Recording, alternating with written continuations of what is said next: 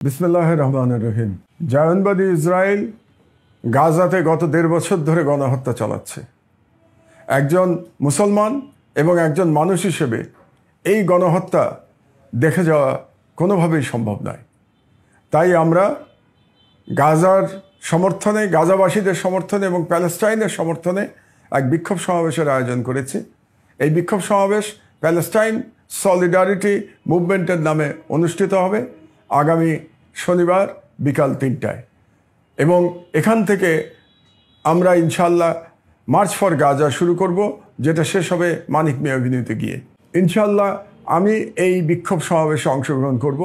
আমি বাংলাদেশের সকল নাগরিককে ধর্ম বর্ণ নির্বিশেষে সবাইকে আমি অনুরোধ জানাচ্ছি, আপনারা মানবতার পক্ষে অবস্থান নিন এবং গাজার নিপীড়িত জনগণের পক্ষে যে বিক্ষোভ সমাবেশ অনুষ্ঠিত হবে সেই বিক্ষোভ সমাবেশে সকলে মিলে অংশগ্রহণ করুন। আপনাদের জন্য আমরা সবাই অপেক্ষা করব এবং আমরা সবাই মিলে সম্মিলিত কণ্ঠে আমরা জুলুমের বিরুদ্ধে আওয়াজ তুলব, আমরা জায়নবাদের বিরুদ্ধে আওয়াজ তুলব এবং প্যালেস্টাইনের স্বাধীনতার জন্য আওয়াজ তুলব ইনশাল্লাহ।